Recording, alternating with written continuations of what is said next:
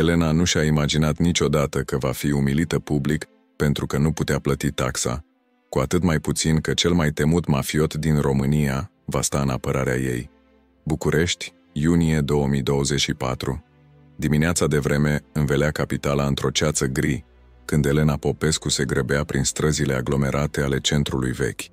În mână strângea o geantă veche cu materiale de curățenie, iar în cap îi dăduseră numărul, mereu aceste blesteme numere.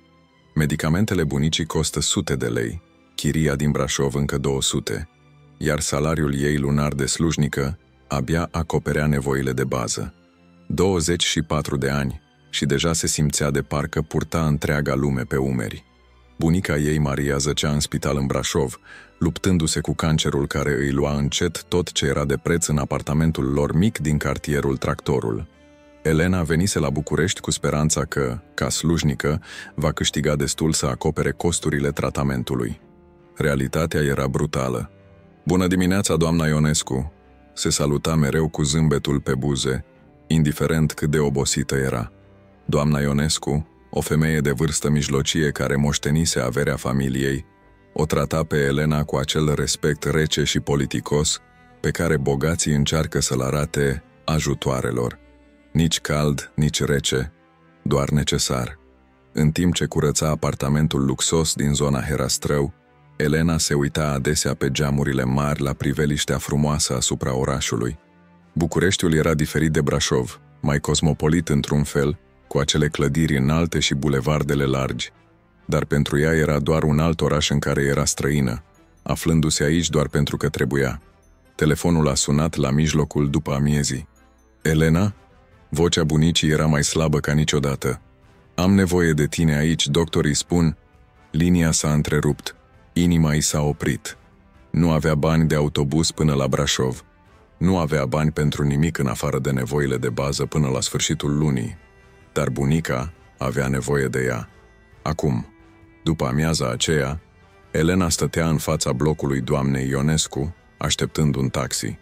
Banii pe care îi avea în buzunar erau ultimii până la salariu, exact suma pentru o cursă până la Gara de Nord, de unde putea lua trenul cel mai ieftin până acasă. Dacă îți plac poveștile ca aceasta, abonează-te la canal acum și nu rata următoarele. Taxiul galben s-a oprit în fața ei, iar Elena s-a urcat rapid, dând adresa gării. Șoferul Gheorghe, un bărbat în jur de 50 de ani cu o față aspră și ochii injectați, o privi prin oglinda retrovizoare cu o expresie nemulțumită. "Gara de Nord," spuse Elena, încercând să-și ascundă nervozitatea. Drumul prin traficul bucureștean a fost lent și tensionat. Elena se uita pe geam la orașul care devenise a doua ei casă, știind că s-ar putea să nu se mai întoarcă dacă bunica avea nevoie de îngrijire constantă. Când au ajuns la gară, Elena a căutat prin geantă banii. I-a numărat odată, de 2 ori, de 3 ori. Inima îi bătea din ce în ce mai tare. 25 de lei, anunță șoferul, oprind motorul. Elena se holba la bancnotele din mână. Avea doar 20 de lei. A verificat din nou buzunarele, căptușeala geantei, peste tot. "Îmi pare rău," șopti, vocea tremurându-i. "Am uitat pormoneul acasă. Pot să vin mâine să..." Gheorghe s-a întors brusc spre ea, fața roșie de furie. "Ce dracu? Crezi că sunt caritate? Iar aia cu pormoneul uitat?" Alți oameni de pe stradă începuseră să se uite. Elena simți căldura rușinii urcându-i pe gât. "Vă rog doar de data asta. Mâine vă aduc." "Nu o să fie mâine." Gheorghe ridică vocea. "Voi, țiganii ăștia, veniți în București și credeți că..." "Nu sunt țigancă," șopti Elena, dar nimeni nu părea să audă. O mulțime mică se adunase în jurul taxiului. Unii murmurau, alții făceau comentarii. Elena era gata să coboare și să plece alergând, să nu se mai întoarcă niciodată. Dar atunci, prin mulțime, a auzit o voce profundă și calmă. "Cât este cursa?" Alexandru Dănescu stătea lângă taxi ca o aparație, 2 metri înălțime, umerii lați ca o poartă, un costum care costa mai mult decât câștiga Elena într-un an întreg. Ochii îi erau negri ca cărbunele, iar pe față avea o mică cicatrice pe bărbie, o amintire din vremurile când forța fizică era echivalentă cu banii. Gheorghe își pierduse brusc toată furia. "De domnule Dănescu," Nu, totul e în regulă." "Cât?" repeta Alexandru, vocea lentă și controlată, de parcă întreba de vreme. 25 de lei, murmură Gheorghe, mâinile tremurându-i când lua chitanța. Alexandru scoase o liase de bancnote, lăsă o bancnotă de 100 de lei pe scaunul din față și cu privirea îl opri pe Gheorghe să spună ceva. Apoi se întoarse către Elena. Ochii lor se întâlniră și în momentul acela lumea se opri pentru o clipă. "Mulțumesc," șopti Elena, neîncumetându-se să se miște. "Cu plăcere," spuse el, iar în voce era o blândețe pe care nu se aștepta să o audă de la un bărbat, a cărui reputație o cunoștea chiar și ea, o slujnică obișnuită din Brașov. Când cobora din taxi, simți privirea lui urmărind-o. Se întoarse la ușa gării, el încă stătea lângă taxi, privind prin sticlă, iar pe față avea o expresie pe care nu o putea înțelege. În spatele ei, o limuzină neagră lungă era parcată la marginea străzii, iar prin geamurile întunecate se vedea silueta unei femei cu părul blond ca gheața și ochi plini de furie. În noaptea aceea, Elena stătea în cușeta trenului spre Brașov și se întreba cine era cu adevărat acel om. Cunoștea numele. Toată România auzise de Alexandru Dănescu. Omul care controla jumătate din afacerile ilegale din București, omul ale cărui cuvinte se ascultau mai mult decât legea, dar un om care, dintr-un motiv oarecare, îi plătise taxa și se uitase la ea de parcă o vedea pentru prima dată în viață. Când ajunse la spital în Brașov, găsi o copertă de hârtie albă pe noptiera bunicii. În ea erau destui bani să acopere costurile tratamentului bunicii pentru următoarele 6 luni. Iar pe fundul plicului, o scriere care mirosea a parfum scump. Pentru că toată lumea merită o a doua șansă. Elena stătea în holul spitalului, strângând plicul în mâini, când simți un fior trecându-i prin spate. Se întoarse și prin geamul mare văzu aceeași limuzină neagră parcată de cealaltă parte a străzii. Alexandru Dănescu stătea lângă mașină privind direct spre ea, iar pe față avea acel semi-zâmbet care spunea totul și nimic în același timp. Dar ceea ce Elena nu putea vedea era a doua persoană din limuzină, femeia cu părul blond glacial și ochii plini de furie, femeia care îl cunoștea pe Alexandru de prea mult timp ca să nu recunoască pericolul când îl vedea. Andreea Marinescu strângea mâinile pe volanul Porsche-ului ei alb, urmărind limuzina neagră prin străzile bucureștene. Fosta soție a celui mai puternic om din România cunoștea toate fețele lui Alexandru, iar ceea ce văzuse azi nu mai văzuse niciodată. Tandrețe. Cine este fata aceea? Murmură pentru sine, făcând o notă mentală despre ruta Elenei prin oraș. Între timp, Elena mergea ca în transă. Banii din geanta ei păreau ireali, de parcă în orice moment se puteau transforma într-o foaie de hârtie.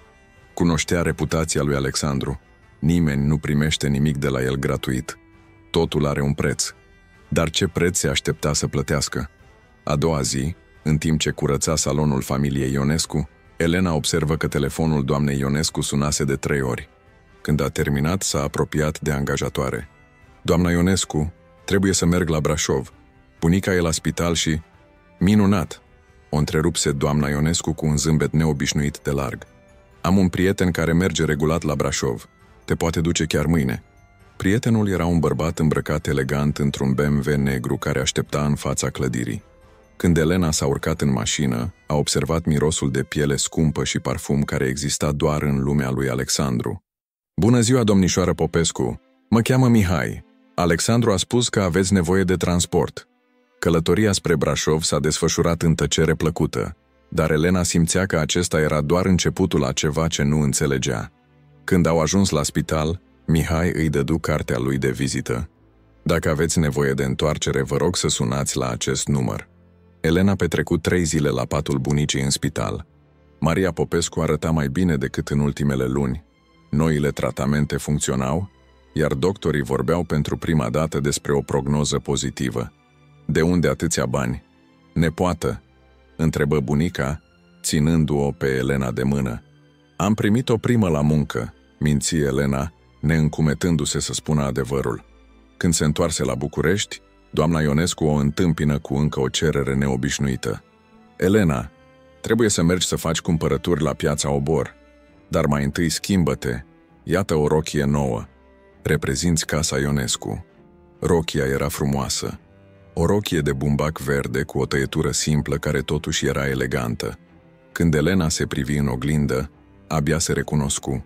La piață cumpăra alimente după lista doamnei Ionescu, când auzi în spatele ei o voce cunoscută. Culoarea aceasta vă stă minunat.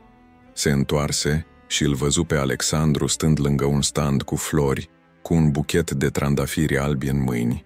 Pentru prima dată nu purta costum, ci o cămașă închisă la culoare și blugi, ceea ce îl făcea să pară mai normal. Dar ochii erau încă aceiași, intensi, inteligenți, de parcă vedeau prin ea. Domnule Dănescu, spuse formal, inima bătându-i puternic. Alexandru, o corectă. Cum se simte bunica? Aceasta o surprinse. De unde știa? Mai bine, vă mulțumesc. Este în tratament. Bine. Se apropie de ea, oferindu-i trandafirii. Aceștia sunt pentru dumneavoastră. Nu pot să-i accept, spuse automat. De ce nu? Pentru că Elena nu știa cum să explice. Pentru că era cine era. Pentru că ea era cine era. Pentru că lumea în care ei ar putea fi altceva decât stăpân și datoare exista doar în basme. Pentru că credeți că voi cere ceva în schimb? Vocea ei era liniștită, aproape tristă. Poate da, domnișoară Popescu. Poate cer doar șansa unei conversații cu cineva care nu mă cunoaște doar din reputație. Elena se uită în jur. Oamenii din piață îi priveau din colțul ochilor, dar nimeni nu îndrăznea să privească direct. Prezența lui Alexandru crea un cerc invizibil în jurul lor. O cafea, spuse încet. Atât cer. O jumătate de oră mai târziu stăteau într-o cafenea mică departe de străzile principale, unde turiștii nu ajung, iar localnicii încearcă să fie invizibili. Alexandru își bea cafeaua încet, de parcă avea tot timpul din lume. Ce vârstă aveți? Întrebă. 24. Tânără. O privi peste marginea ceștii. Ați vrut întotdeauna să fiți slujnică? Am vrut să studiez literatura română. Cuvintele îi ieșiră singure din gură. Dar când tata a murit, iar bunica s-a îmbolnăvit, poveste veche ca lumea, spuse, dar în voce nu era bătaie de joc. Își sacrifică visurile pentru familie. Iar dumneavoastră? Îndrăzni să întrebe. Ați vrut întotdeauna să fiți ceea ce sunteți? Alexandru tăcu mult timp. Nu. Am vrut să fiu arhitect, să construiesc ceva care să rămână după ce nu voi mai fi. Aceasta era un adevăr pe care nimeni nu îl auzise niciodată din gura lui. Elena, simți greutatea încrederii pe care tocmai i-o oferise. Ce v-a schimbat? Viața, spuse simplu. Familia, datoria. Când îți iau tot ce iubești, îți rămâne doar puterea de a proteja ceea ce a mai rămas. Stătură în tăcere, care nu era jenantă.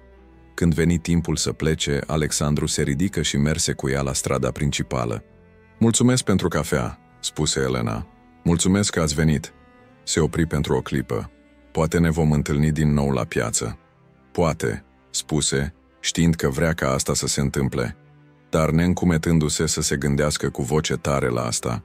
Când mergea spre casă, simțea niște ochi urmărind-o. Se întoarse și văzu un Porsche alb parcat pe stradă în spatele ei. Nu putea vedea șoferul prin geamurile fumurii, dar avea senzația că ceva nu era în regulă. În seara aceea, ca și cum ar fi fost neprogramat, doamna Ionescu o chemă la o conversație. Elena, cineva întreabă despre tine, spuse cu o expresie serioasă pe față. O femeie elegantă. A întrebat unde lucrezi, de unde vii. A spus că e o prietenă veche din Brașov. Elena înlemni. Nu avea nicio prietenă elegantă din Brașov. Nu avea deloc prietene elegante. Cum arăta? Blondă, frumoasă, îmbrăcată scump. Conducea un Porsche alb. În acel moment, telefonul Elenei sună. Număr necunoscut. Alo? Vocea feminină de la celălalt capăt era rece ca gheața. Ascultă-mă cu atenție, slujnică. Alexandru Dănescu nu e pentru tine. Găsește-ți pe cineva din liga ta, înainte să te trezești cu probleme mai mari decât poți rezolva. Andreea Marinescu închise telefonul și zâmbi la sine în oglinda Porsche-ului alb. Primul pas fusese făcut. Acum trebuia să planifice următoarea mișcare cu atenție. Elena nu dormise toată noaptea. Vocea amenințătoare din telefon se învârtea în capul ei ca o înregistrare stricat. Cine era acea femeie? Cum își luase numărul? Și cel mai important, de ce îl menționase pe Alexandru. A doua zi dimineață, în timp ce pregătea micul dejun pentru familia Ionescu, gazda casei îi se adresă cu o cerere neobișnuită. Elena, dragă, are vreuna dintre prietenele tale din Brașov care te caută, poate? Ieri a venit din nou femeia aceea. A lăsat o carte de vizită. Cartea de vizită era elegantă, albă cu margini aurii. Andreea Marinescu, Galeria de Artă Marinescu, București și Cluj. Numele îi rămase în minte. Marinescu, cu siguranță nu era o coincidență că împărțea numele cu doamna Ionescu. Iar Galeria de Artă, asta însemna bani, statut, putere. Doamna Ionescu, cunoașteți cumva pe această femeie? Doamna Ionescu deveni extrem de nervoasă. O, aceea este... o femeie cunoscută din societate, din familie foarte respectată. Poate a vrut doar să vorbească. Instinctul Elenei îi spunea că nu totul era în regulă, dar avea o slujbă pe care trebuia să o păstreze, o bunică care avea nevoie de ea și probleme care erau mai mari decât capacitatea ei de a le rezolva. După amiaza aceea mergea la piață pentru cumpărăturile de rutină când cineva o apucă de braț. Se întoarse și văzu o față cunoscută, Ioana, o fată din Brașov care lucra ca chelneriță într-una dintre cafenelele din centru. Elena, te căutam. Ai timp pentru o cafea? Ioana, ce te-a adus aici? Ei bine, am auzit niște povești interesante despre tine. Ioana avea un zâmbet răutăcios. Se spune că te văd cu companii foarte interesante. Se așezară într-o cafenea mică pe o stradă laterală, Ioana bând espresso cu plăcerea pe care doar un brașovean o poate avea pentru cafeaua bună. Ascultă, Elena, spuse Ioana, lăsând vocea mai jos. Cineva pune întrebări despre tine. O femeie elegantă, conduce un Porsche alb, are bani și atitudine. Azi dimineața a venit la cafeneaua unde lucrez. Ce întreba? Totul. De unde vii, de cât timp ești aici, unde lucrezi, dacă ai prieten. Dar nu în felul în care te-ar căuta pentru o slujbă. Mai mult ca și cum te cercetează. Elena simți un val rece de frică.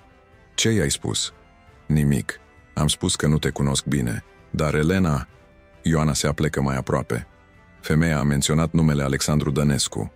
A întrebat dacă l-ai întâlnit vreodată. Asta confirma cele mai rele temeri ale Elenei.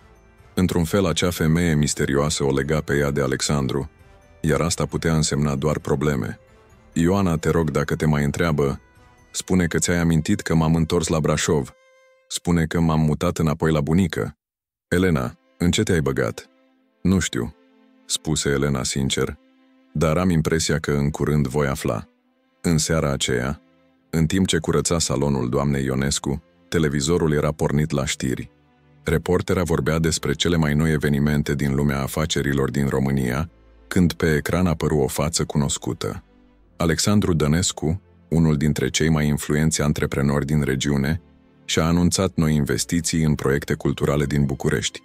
Prima lui soție, membră a cunoscutei familii clujene Marinescu, a fost văzută săptămâna trecută în București, unde, conform surselor, pregătesc proiecte comune de afaceri.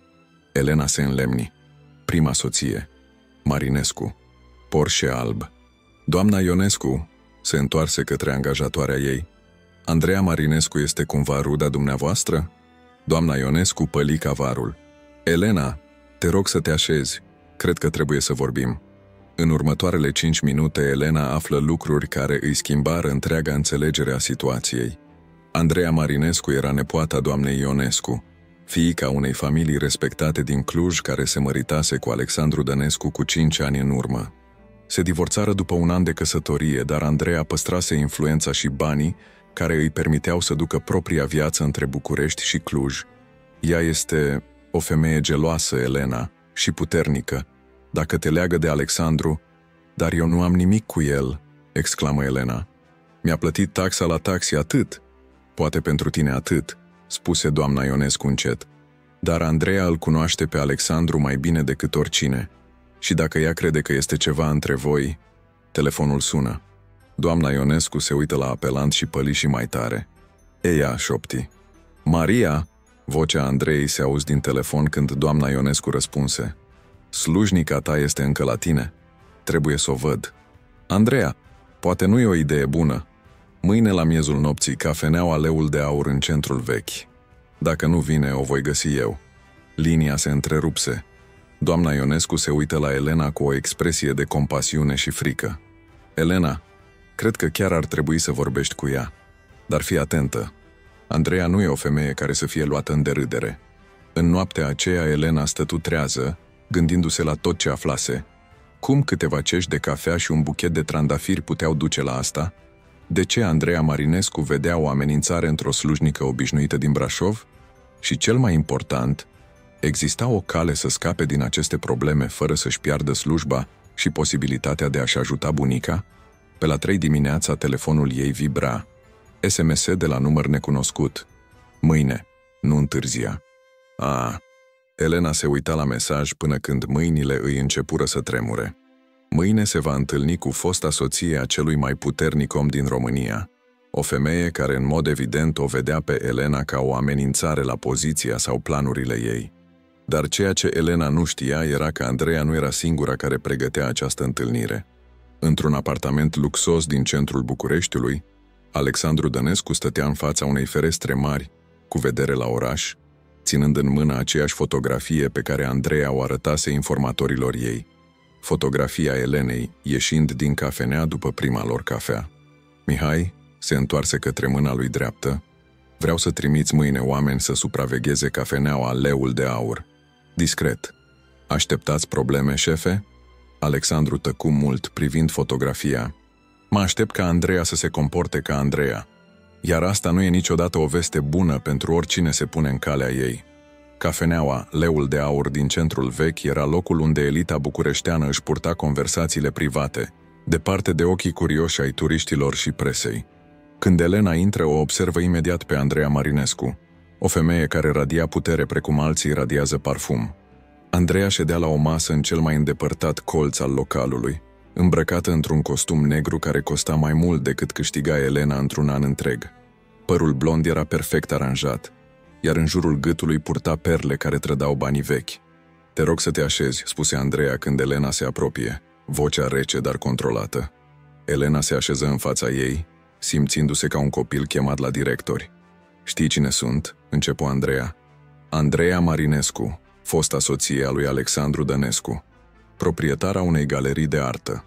Bine, deci știi că nu sunt o femeie care să fie tratată cu ușurință. Andreea comandă vin, roșu, scump. Vreau să-mi explici ce cauți la fostul meu soț. Nu caut nimic de la el, răspunse Elena sincer. Te rog să nu mă minți, fetițo. Am informatori care te urmăresc de săptămâni. Te-au văzut vorbind cu Alexandru, acceptându-i cadourile, călătorind cu oamenii lui. Elena simți inima accelerând. Mi-a plătit taxa la tax pentru că nu aveam bani. Atât. Atât? Andreea râse, dar râsul era înghețat. 15.000 de lei pentru tratamentul bunicii e atât? BMW-ul care te-a dus la Brașov e atât? Florile și conversațiile private e atât? De unde știa despre bani? De unde știa despre tot? Nu înțeleg. O să înțelegi probabil de la mine. Andreea se aplecă peste masă. Alexandru Dănescu este cel mai puternic om din România. Tot ce atinge devine valoros sau periculos. Iar tu, mică slujnică din Brașov, ai devenit ceva ce el atinge. Elena încercă să se ridice, dar Andreea îi puse mâna pe a ei. Te rog să stai jos, nu am terminat încă. Vocea îi era mai încet, dar în loc să fie mai caldă, era mai rece decât înainte. Alexandru și eu avem o relație complicată. Nu am divorțat pentru că nu ne iubim. Am divorțat pentru că ne iubim prea mult. Această mărturisire o lăsă pe Elena fără cuvinte. El este un bărbat care distruge tot ce iubește încercând să o protejeze. Pentru că în lumea lui, a iubi pe cineva înseamnă să pui o țintă pe spatele lor. Ți-a spus asta când a început să-ți facă favoruri? Noi nu avem o relație, bâlbâie Elena. O, dragă, râsul Andrei foi trist de data aceasta. Nu vezi cum se uită la tine? Nu l-am văzut uitându-se așa la o femeie de când ne-am cunoscut. Iar asta a fost acum 7 ani. Elena se uita la propriile mâini, încercând să digere ceea ce auzea. Vreau să-ți spun o poveste, continua Andreea. Cu 5 ani în urmă tentar novamente, pe continuare ditar. Vreau să-ți spun o poveste, continua Andreea. Cu 5 ani în urmă, Alexandru avea o soră mai mică. Se numea Ioana. Era studentă la arhitectură în Cluj, o fată obișnuită cu vise obișnuite. Alexandru o adora. Andreea bă o înghițitură de vin înainte să continue. Dușmanii noștri au aflat despre Ioana. Au răpit-o să încerce să-l forțeze pe Alexandru să se retragă din anumite acorduri de afaceri. Alexandru a făcut tot ce a putut. A plătit răscumpărarea, a fost de acord cu condițiile. Chiar s-a oferit să se predea în locul ei. Vocea îi deveni mai încet, aproape un șoaptă. Au ucis-o oricum, nu pentru că voiau bani sau putere, pentru că voiau ca Alexandru să știe că tot ce iubește poate să-i fie luat. Elena simți frisoane trecându-i prin șira spinării. Din ziua aceea, Alexandru a devenit omul pe care îl vezi azi.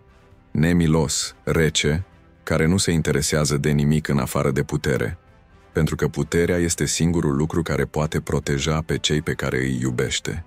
Și se vede că vrea să te iubească, Elena. Poate că deja te iubește. De ce îmi spuneți asta? Întrebă Elena. Pentru că nu vreau să termin ca Ioana. Andreea se uită drept în ochi. Dacă rămâi în viața lui Alexandru, devii o țintă. Fiecare dușman al lui va ști că poate să-l rănească rănind-o pe tine. Bunica ta, familia ta din Brașov, chiar și tu însăți. Totul devine o armă pe care o pot folosi împotriva lui. Tăcerea căzu între ele ca o pătură grea. Ce ar trebui să fac? Întrebă Elena încet. Pleacă. Întoarce-te la Brașov. Găsește-ți o viață normală cu un bărbat normal care nu va aduce asasin la ușa ta. Iar dacă nu? Expresia feței Andrei se schimbă, deveni rece ca vântul de iarnă. Atunci vei afla de ce chiar și Alexandru Dănescu se teme de dușmanii săi. Elena se ridică să plece, dar Andrei a vorbit din nou. Încă un lucru. Mâine seară, Alexandru organizează un eveniment privat în vila sa din Snagov. Este invitat un oaspe foarte special din Rusia, un om care poate aduce afaceri mari sau probleme mari. Dacă te vei prezenta acolo, nu mă voi prezenta nicăieri, nici măcar nu m-a invitat. Andrei a zâmbit, dar zâmbetul nu îi ajunse la ochi. O, te va invita. Așa e felul lui de om. Și când o va face, te rog să-ți amintești de această seară. Elena în ziua aceea abia funcționa la muncă. Doamna Ionescu observă starea ei și încercă să înceapă conversația de câteva ori, dar Elena era preocupată de amenințarea Andreei.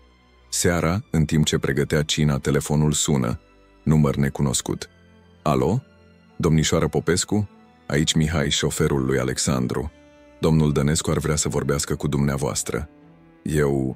Acum nu e un moment bun. Vă rog, este important. Sunt deja în fața clădirii dumneavoastră. Prin fereastră văzu BMW-ul negru. Inima îi zbură. Îi voi spune doamnei Ionescu că trebuie să ies. Nu vă îngrijorați de asta, domnul a vorbit deja cu ea. 15 minute mai târziu, Elena se găsea într-o mașină luxoasă care se îndrepta prin străzile bucureștene către Snagov. Alexandru ședea lângă ea, îmbrăcat într-un costum gri închis, dar ceva în atitudinea lui era diferit de obicei, mai tensionat, mai îngrijorat. Mulțumesc că ați venit, spuse încet. Nu am avut de ales, se pare. Zâmbi trist. Întotdeauna aveți de ales, Elena. Asta încerc să învăț. Am auzit că organizați un eveniment în seara asta. Întâlnire de afaceri. Nimic important. Pauză. Am vrut să vă întreb ceva înainte să... Se opri. Ce? Ați gândit vreodată că ați putea trăi o viață diferită? Departe de aici? Elena se uită pe fereastră. Deja se apropiau de Snagov, un orășel în afara Bucureștiului. Mereu mă gândesc la asta. Ce vă oprește? Bunica. Obligațiile. Realitatea. Alexandru dădu din cap înțelegător. Ce dacă v-aș spune că puteți avea tot asta? Bunica îngrijită, obligațiile rezolvate, realitatea schimbată? Aș spune că e un basm. Poate că este. Se uită pe fereastră la vila care apăru în depărtare. Dar poate că basmele uneori devin realitate dacă ești destul de curajos să le visezi. Vila era impresionantă. O casă albă din secolul al XIX-lea, înconjurată de un parc mare. Când se apropiară, Elena observă câteva alte vehicule parcate în față, mașini scumpe cu plăci din diferite țări. Alexandru spuse înainte să coboare. Ieri am vorbit cu Andreea, în lemni. Ce v-a spus? Mi-a povestit istoria despre sora dumneavoastră, despre ceea ce s-a întâmplat. Alexandru tăcu mult. Când în sfârșit vorbi, Vocea îi era răgușită de emoție. Andreea îi place să folosească pe Ioana ca armă, dar are dreptate într-un lucru. Tot ce ating devine periculos. Poate, spuse Elena încet, dar poate că uneori trebuie să riști pericolul pentru a trăi. Se uită la ea de parcă o vedea pentru prima dată. Elena, Alexandru, trebuie să vă spun ceva. În acel moment, vocea lui Mihai îi întrerupse din partea din fața a mașinii. Domnule Dănescu, au sosit oaspeții din Moscova. Farmecul momentului dispăru. Alexandru se întoarse la modul său de afaceri, fața devenind inaccesibilă. Sunteți gata? O întrebă pe Elena. Pentru ce? Să vedeți lumea mea adevărată și să decideți dacă puteți trăi în ea. Când coborau din mașină, Elena nu putu să nu observe bărbații în costume negre care păzeau prin parc. Observă și un Porsche alb parcat în spatele unui grup de copaci, aproape ascuns de priviri. Andreea era și ea acolo. Seara tocmai începea, iar Elena deja simțea că viața ei se va schimba pentru totdeauna, într-un fel sau altul. Interiorul vilei era și mai impresionant decât exteriorul. Candelabre de cristal, mobilier antic, tablouri de artiști cunoscuți pe fiecare perete. În sala mare se adunaseră circa 20 de persoane, toate îmbrăcate elegant, toate cu o aură de putere care venea din bani vechi sau pericole noi. Alexandru o ghida prin cameră, prezentând-o ca domnișoara Popescu, oaspetele meu din Brașov. Unii o tratau cu respectul care se cuvine oricui căruia Alexandru îi acordă atenție. Alții cu o curiozitate disprețuitoare care sugera că se întreabă ce caută o fată obișnuită în asemenea companie. Alexandru, o voce profundă cu accent rusesc răsună prin sală. În sfârșit te văd. Victor Petrov, un bărbat în jur de 50 de ani cu capul chel și ochii ca gheața, se apropie de ei cu brațele întinse pentru salut. Elena instinctiv făcu un pas înapoi. Tot la atitudinea lui Petrov vorbea despre pericol. Victor, Alexandru acceptă salutul, dar Elena observă tensiunea din vocea lui. Cum a fost călătoria?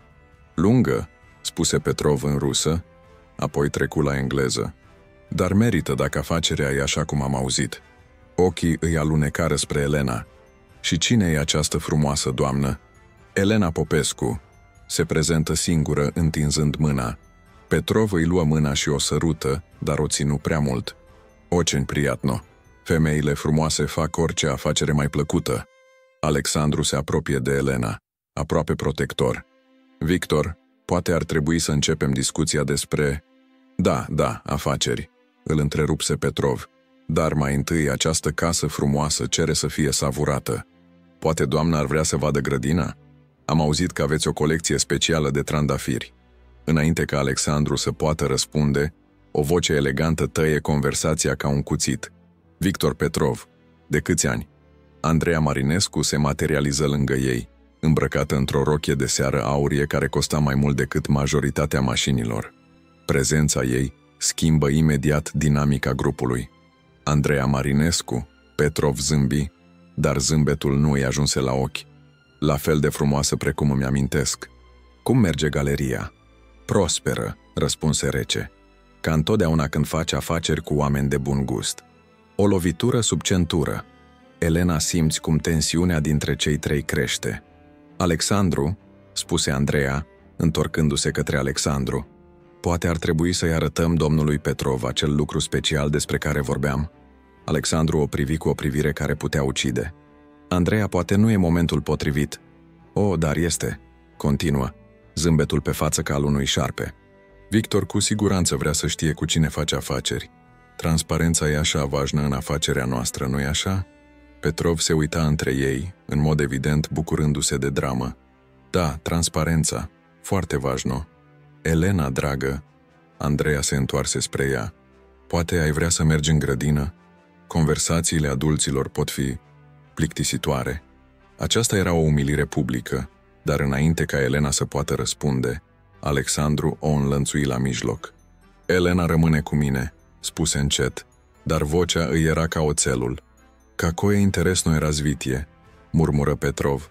Alexandru Dănescu în sfârșit găsește o femeie care merită protecția lui. Victor, vocea lui Alexandru deveni periculoasă. Poate ar trebui să mergem în biroul meu. Dar Petrov nu terminase. Dar znaia tvoia historia z ženšina mi, Alexandru.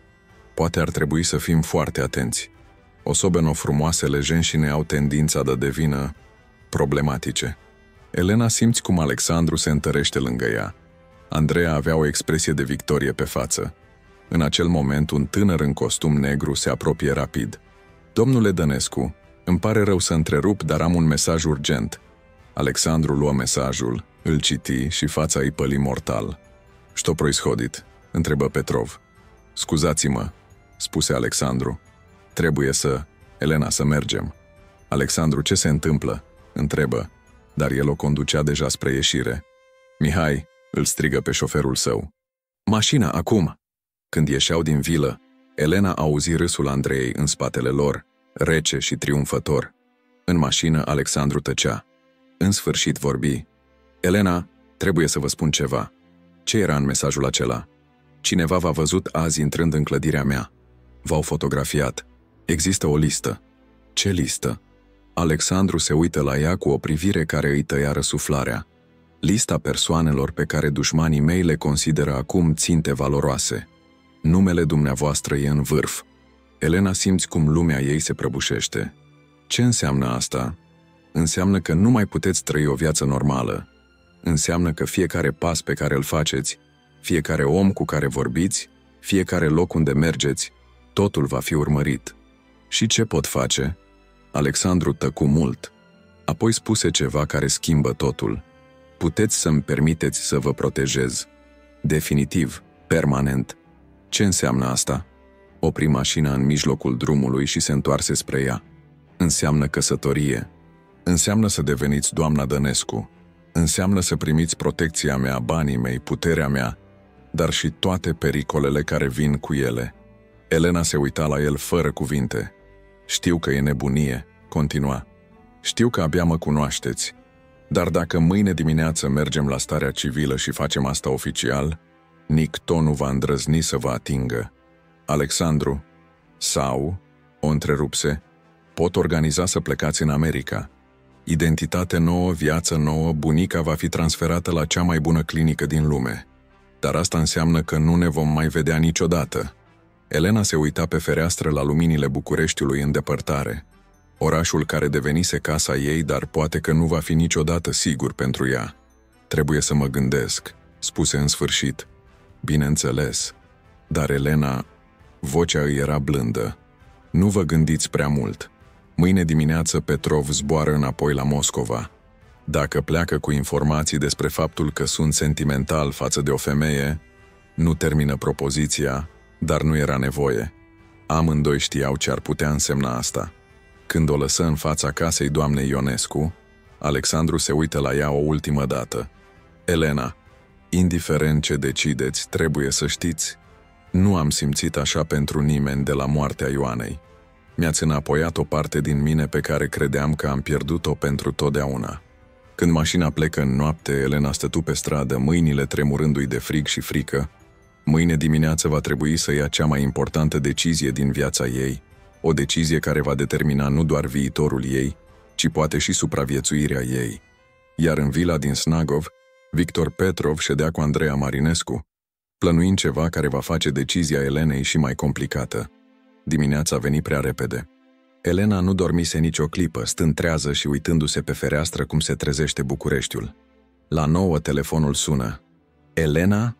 Vocea lui Alexandru era mai tensionată ca niciodată. Trebuie să vorbim. Acum. Alexandru, încă nu. S-a întâmplat ceva. Petrov a făcut poze aseară în vila mea. Le trimite oamenilor săi la Moscova. Sunteți în fiecare fotografie lângă mine. Elena simți cum stomacul îi cade. Ce înseamnă asta? Înseamnă că jocul s-a terminat. Mihai vine după dumneavoastră în 5 minute. Când se urcă în BMW, observă că Alexandru nu era singur. Lângă el ședea un bărbat mai în vârstă, cu o cicatrice pe jumătate de față. Elena, acesta e Gheorghe, consilierul meu de securitate. Mi-a spus ceva care schimbă totul. Gheorghe se uită la ea cu o expresie care era o combinație de respect și îngrijorare. Domnișoară Popescu, văd că sunteți o femeie curajoasă. E bine, pentru că veți avea nevoie de curaj. Ce se întâmplă? Aseară după ce ați plecat, explică Alexandru, Petrov și Andrei au vorbit. Ea i-a spus că sunt compromis emoțional din cauza dumneavoastră. În lumea noastră, aceasta e cea mai rea reputație posibilă.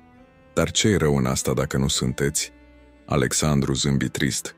Problema e că sunt. BMW-ul se opri în fața unei clădiri elegante din centrul Bucureștiului. Gheorghe ieși primul. Se uită în jur înainte să dea semnalul că e sigur. Unde mergem? Întrebă Elena. Starea civilă, spuse Alexandru simplu.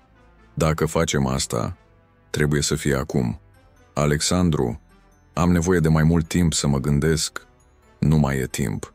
Vocea îi era clară, hotărâtă. Cu o oră în urmă cineva a încercat să pătrundă în camera bunicii la spital în Brașov. Doar pentru că din întâmplare era la alt etaj pentru analize, nu au găsit-o. Elena păli cavarul. Bunica?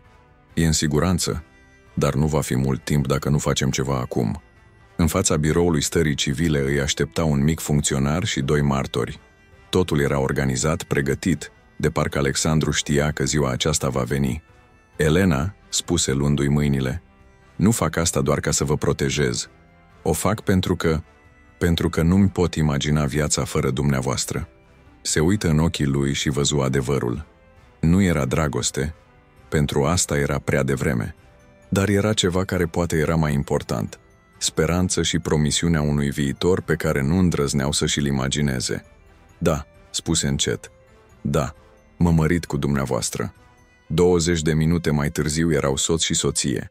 Când ieșiră din birou ca un cuplu căsătorit, Mihai îi aștepta cu vești care schimbară totul. Domnule Dănescu, am o autorizație de la Ministerul de Interne.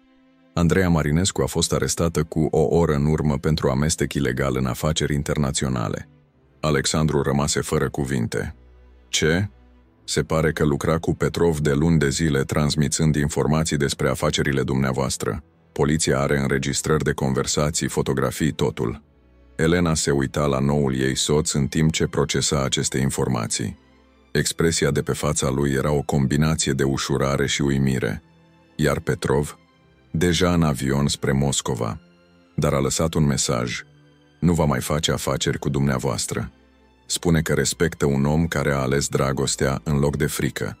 În seara aceea, în vila lui Alexandru, pe care o văzuse doar din exterior, Elena stătea pe terasă cu vedere la București. Orașul arăta diferit acum când știa că nu mai era doar o turistă sau o locuitoare temporară. Aceasta era acum casa ei. Alexandru veni în spatele ei, o îmbrățișă la mijloc. Regretați? Întrebă încet. Întrebați-mă peste un an, răspunse, rezemându-se de pieptul lui. Ce le vom spune oamenilor? Cum vom explica adevărul? Îl întrerupse. Că mi-ați plătit taxa la taxi pentru că erați un om bun. Că v-am mulțumit pentru că am fost crescută să fiu politicoasă. Că am vorbit pentru că amândoi eram singuri. Și că ne-am căsătorit pentru că uneori cele mai bune soluții vin cel mai neașteptat. 6 luni mai târziu, în timp ce Elena își termina studiile de literatură română pe care Alexandru le-a înscris pentru ea la Universitatea din București, a primit un telefon din Brașov. Bunica ei, Maria, era complet vindecată. Cum te simți ca studentă după atâția ani? Întrebă Alexandru în seara aceea când luau cina la restaurantul lor favorit. Nu un loc elegant pentru întâlniri de afaceri, ci în cafeneaua mică din centrul vechi, unde și-au petrecut prima lor întâlnire oficială ca un cuplu căsătorit. Ca într-un vis, spuse sincer. Uneori mă trezesc gândindu-mă că va trebui să mă ridic și să merg să curăț casele oamenilor. Și ce vă amintește că nu e un vis? Elena se uită la mâinile sale, mâini care nu mai erau aspre de la materialele de curățenie, mâini care acum purtau inele care o făceau cea mai puternică femeie din București. Dumneavoastră, spuse simplu, dumneavoastră îmi amintiți că uneori basmele devin realitate? Alexandru râse, un râs adevărat, cald și sincer. Iar dumneavoastră îmi amintiți că uneori cei mai periculoși bărbați au nevoie doar de cineva să le arate cum să fie buni. 6 luni mai târziu, când observară că Elena purta primul lor copil, Alexandru vându majoritatea afacerilor sale problematice și se concentră pe investiții legale. Nu fu ușor, îi luă 2 ani să iasă complet din lumea care îl creasez, dar dragostea pentru Elena și familia viitoare îi dădu puterea să se schimbe. Andreea fu eliberată din închisoare după 1 an, dar se mută la Paris și nu mai luă niciodată legătura cu ei. Uneori Elena îi vedea fotografiile în revistele de modă. Întotdeauna singură, întotdeauna îmbrăcată elegant, întotdeauna cu puțină tristețe în ochi. Iar Victor Petrov trimise un cadou de nuntă din Moscova, un set de cărți rusești vechi despre dragoste cu mesajul: pentru cuplul care a ales inima în loc de calculul rece. Respect asta. Astăzi, 3 ani mai târziu, Elena Dănescu ședea în apartamentul său. Da, al ei, pentru că Alexandru a insistat ca totul să fie pe numele ei, privind cum fiica lor de 2 ani, Ioana, se joacă în grădină. Îi dăduse numele după sora pe care Alexandru nu o uita niciodată, dar acum numele acela purta speranță în loc de tristețe. Uneori, își amintește cum o cană obișnuită de cafea le-a schimbat viețile, cum umilirea într-un taxi mic a dus la cea mai mare dragoste pe care o cunoscuse. Telefonul sună. Alexandru. Unde ești? Întreabă. Acasă. Mă uit cum se joacă Ioana. Vin acasă de vreme azi. Vreau să petrecem după amiaza ca o familie. Dar nu ai o întâlnire importantă cu investitorii din Elveția? Nimic nu e mai important decât familia mea, spune, iar ea poate auzi râsul din vocea lui. Am învățat asta de la o femeie înțeleaptă care mi-a arătat că adevărata bogăție nu stă în putere, ci în faptul că cineva te așteaptă să te întorci acasă. Când închise telefonul, Elena știa că povestea ei se terminase așa cum trebuia, nu doar cu un final fericit, ci cu începutul unei noi vieți pe care o merita. Uneori cele mai importante decizii pe care le luăm nu sunt planificate. Uneori e destul să fii destul de curajos să spui da, când dragostea bate la ușa noastră, chiar când vine sub o formă pe care nu ne-am așteptat-o. Și uneori trebuie să fii umilit într-un taxi ca să realizezi cât valorezi cu adevărat. Dacă această poveste ți-a atins inima, abonează-te la canal chiar acum și apasă clopoțelul. Următoarele povești îți vor atinge și mai mult sufletul.